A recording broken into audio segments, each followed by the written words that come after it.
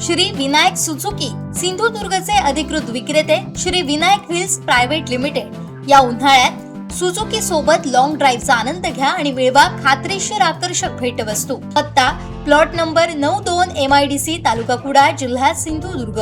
संपर्क 9423989781 9423989783 आणि 8605586376.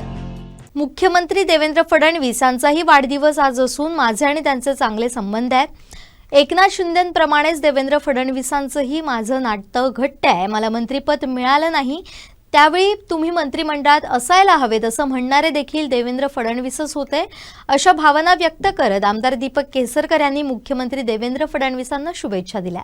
एकाच दिवशी जन्माला येणं हा सुद्धा एक योगायोग असतो की दादा कायम उपमुख्यमंत्री राहिले आणि फडणवीस साहेब कायम मुख्यमंत्री राहिले।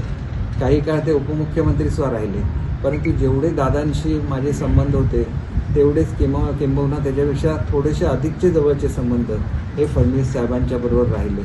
खरं तर माझं कोकणामध्ये राजकीय थोडासा संघर्ष मधल्या काळात झालेला होता। त्या संघर्षानंतर मी भाजपमध्ये यावं असं फडणवीस साहेबांची इच्छा होती। त्यावेळेला ते स्वतः प्रदेशाध्यक्ष होते, परंतु त्या काळामध्ये माझे काही रिलेशनसुद्धा होते, आमचे म्हणजे नातेगोतेचे संबंध होते आणि काही इतर गोष्टींमुळे मला त्यावेळेला त्यांनी सांगितल्याप्रमाणे भाजपमध्ये जाता आलं नाही। उद्धव साहेबांशी जवळचे त्यावेळेला संबंध होते, त्यामुळे मी त्या नात्याने शिवसेनेमध्ये प्रवेश केला। तरी पण माझं कायम हे नातं त्यांच्याशी प्रेमाचं कायम राहिलं आणि एवढं नाही तर कायम मी ज्या वेळेला मंत्री राहिलो मला सर्वाधिक सपोर्ट कोणाचा असेल तर तो फडणवीस साहेबांचा राहिलेला आहे। जसं दादानी खूप मोठं काम केलं त्याच्यापेक्षा सुद्धा प्रचंड वेगाने महाराष्ट्राच्या प्रगतीमध्ये जर कोणाचं योगदान असेल तर ते फडणवीस साहेबांचं होतं, ही वस्तुस्थिती आहे। आणि मी त्यांच्या हाताखाली जवळजवळ 5 वर्ष गृह खात्याचा राज्यमंत्री म्हणून काम केलं। तुम्हाला सांगायला मला आता काय हरकत नाही की त्यावेळेला सुद्धा शिवसेनेला गृह खात्याचं मंत्रिपद पाहिजे होतं, परंतु त्यांना ते मिळत नव्हतं। त्या काळामध्ये एवढे काही चांगले संबंध दोन्ही पक्षांचे होते असं नाही, परंतु मंत्रिपद देताना सुद्धा अमुक व्यक्ती गृहराज्यमंत्री असेल असं सांगून हे पद दिलं गेलं आणि त्याच्यामुळे आम्हाला आमच्या पक्षाला पद मिळालंच। माझे यांच्याशी तेवढे चांगले संबंध होते त्या काळामध्ये उद्धव साहेबांशी सुद्धा, परंतु ते मिळाल्यानंतर एक गोष्ट मला आपल्याला निश्चितपणे सांगितली पाहिजे की त्यावेळेला रस्सीखेच होती की कुठली मंत्रिपदं मिळतात आणि कुठली मंत्रिपदं मिळत नाहीत। एक दिवशी मला उद्धव साहेबांनी बोलवून घेतलं आणि सांगितलं की तुझ्याकडे 2 महत्त्वाचे पद आहेत, माझ्याकडे अर्थ खात्याचं सुद्धा मंत्रिपद होतं आणि गृह खात्याचं सुद्धा राज्यमंत्रीपद होतं, तर आम्हाला एक राज्यमंत्रीपद देत आहेत, तर त्यातलं तुला आता कुठलं ठेवायचं आणि कुठलं सोडायचं आहे। तर मी त्यांना असं म्हटलं की मी अर्थ खात्याचा मंत्री असल्यामुळे मी कोकणाला पैसे देऊ शकलो, तर गृह खात्याचा मंत्री म्हणून निश्चितपणे मान आहे, परंतु कोकणासाठी काय करायचं असेल तर मला मी अर्थमंत्रीपद ठेवेल आणि गृहमंत्रीपदाचा राजीनामा देईल, कारण आम्हाला एक राज्यमंत्रीपद मिळणार होतं शिवसेना पक्षाला। आणि मी उद्धव साहेबांना भेटलो आणि नंतर आमचं एक उद्घाटन होतं पोलीस स्टेशनचं, विलेपार्ला पोलीस स्टेशनचं। मी थोडासा उशिरा पोचलो, मग फडणवीस साहेबांनी विचारलं का उशीर झाला, तर मी म्हटलं असं उद्धव साहेबांनी बोलवलं होतं आणि मला सांगितलं की दोनापैकी एक पद सोडायचं, तर मी त्यांना सांगितलं की मी गृहराज्यमंत्रीपद सोडतो। ते म्हणाले तू संध्याकाळपर्यंत थांब, काही एवढ्यात करू नको। आणि संध्याकाळी आल्यानंतर त्यांनी मला फोन केला की मी शिवसेनेला कॅबिनेट मंत्रीपद देतो, एक कॅबिनेट मंत्रीपद, परंतु तुझं राज्यमंत्रीपद कायम आहे। आणि नंतर मला उद्धव साहेबांचा फोन आला की तुला आता राजीनामा द्यायला नको, तुझं मी मंत्रिपद ठेवलेलं आहे वगैरे। हा सगळ्या अर्थात नेते असतात, सगळे आपापले सांगतात, परंतु असे नेते विरळ असतात की ज्यांनी केवळ आपल्या आणि त्यांचं एक वैशिष्ट्य असं आहे की त्यांना नॉन करप्ट लोक आवडतात, स्वतःचं काम चोख करायचं, कुठलीही अपेक्षा करायची नाही आणि त्याच्यामुळे त्यांनी तो विश्वास माझ्यावर कायम ठेवला।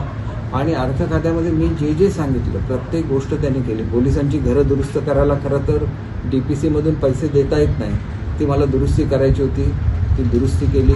आज मी ज्याला मुंबईचा पालकमंत्री झालो, मी सगळ्या पोलीस कॉलनी दुरुस्त करू शकलो, याचं कारण त्यावेळेला मला दिलेले अधिकार जे फडणवीस साहेबांनी होते ते माझं ज्याला निवडणूक होती त्यावेळेला सुद्धा काही लोकांचा त्याला विरोधसुद्धा असू शकतो, परंतु त्यांनी सांगितलं की जर कोणाचा विरोध असेल तर मी स्वतः या मतदारसंघात येणार आणि स्वतः प्रचार करून त्याला निवडून आणणार. एवढं दुसऱ्या पक्षातल्या माणसावर एवढं प्रेम क्वचितच दाखवलं जातं आणि त्याच्यामुळे ते प्रेम मला कायम मिळत राहिलं.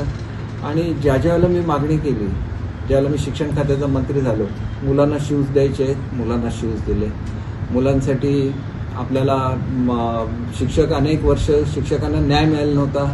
मी फडणवीस साहेबांना सांगितलं आपल्याला शिक्षकांना न्याय द्यायचा आहे. ताबडतोब त्यांनी तेवढे पैसे मंजूर करून दिले.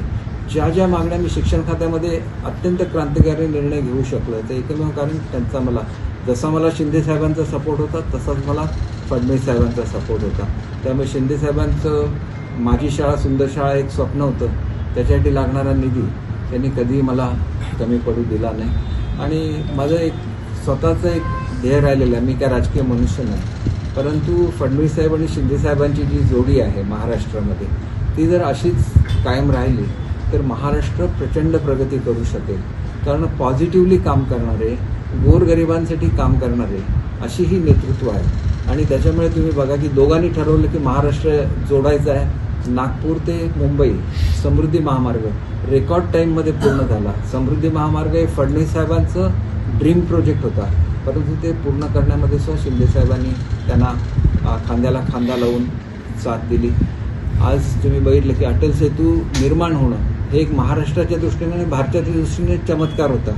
समुद्रामध्ये एवढा मोठा पूल बांधणं 14 किलोमीटरचा हे केवळ अशक्यपाय गोष्ट वाटत होती, ती फडणवीस साहेबांनी करून दाखवली, शिंदे साहेबांनी करून दाखवली. या ठिकाणी कोस्टल रोडचं काम करायचं होतं ते करून दाखवलं. आणि हे करत असताना त्यांनी कायम चांगले संबंध जपले की एखादा मनुष्य, मी ज्यावेळेला मंत्रिपद मला मिळू शकलं नाही त्याला मी कुठल्याही प्रकारे वाईट वाटून घेतलं नाही. शिंदे साहेबांना भेटलो, आनंदाने सगळ्या मुलाखती दिल्या, परंतु एका व्यक्तीने मला फक्त बोलवून सांगितलं की तू मंत्रिमंडळात असायला पाहिजे होता, आणि ते म्हणजे फडणवीस साहेब. आणि त्याच्यामुळे हे जे एक नातं आहे हे नातंच पुरेसं आहे की आपल्याला काय द्यायला लागतं, पदं द्यायला लागतं, तसं बिलकुल नाही. हे जे नातं आहे ते जपणं, आणि त्याच्यामुळे एक नातं जपणारा असा नेता की ज्याला व्हिजन आहे. आज तुम्ही बघितलं की प्रत्येक डिपार्टमेंटमध्ये ईज ऑफ डुईंग बिझनेस हे जर कोणी केलेलं असेल तर ते फडणवीस साहेबांनी केलं, ही वस्तुस्थिती आहे. आणि त्याच्यामुळे सातत्याने चांगल्या गोष्टी करत राहणं हे केलं आहे.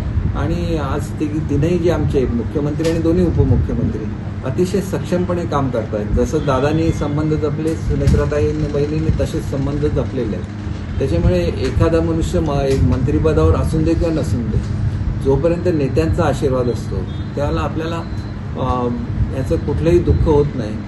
शेवटी आपल्या भागाचा विकास झाला पाहिजे. आणि त्याच्यामुळे सिंधुरत्न योजनासुद्धा अनेक वर्ष त्याला सिंधुरत्न योजनेला मुदतवाढ मिळू शकलेली नव्हती. ही मुदतवाढ फडणवीस साहेबांनी त्या ठिकाणी घेऊन दिली. आणि त्याच्यामुळे त्यांच्या वाढदिवसाला मी काय हे दाखवण्यासाठी किंवा बोलण्यासाठी सांगत नाही, मला मनापासून वाटतं की कधीतरी जे ग्रॅटिट्यूड आहे ते आपण व्यक्त करून सांगितलं पाहिजे. कारण कोकणातल्या जनतेला सुद्धा कळलं पाहिजे की अशा रीतीने कोकणावर प्रेम करणारा एक मुख्यमंत्री हा त्या ठिकाणी कार्यरत आहे. आणि कोकणातले कुठलेही प्रश्न सांगितले तर ते पॉझिटिव्हली करत असतात. म्हणजे जेवढं प्रेम मला शिंदे साहेबांकडून मिळालं तेवढंच प्रेम हे फडणवीस साहेबांकडून सुद्धा मिळालेलं आहे. आणि त्याच्यामुळे त्यांच्या वाढदिवसाला मी मनापासून हार्दिक शुभेच्छा देतो.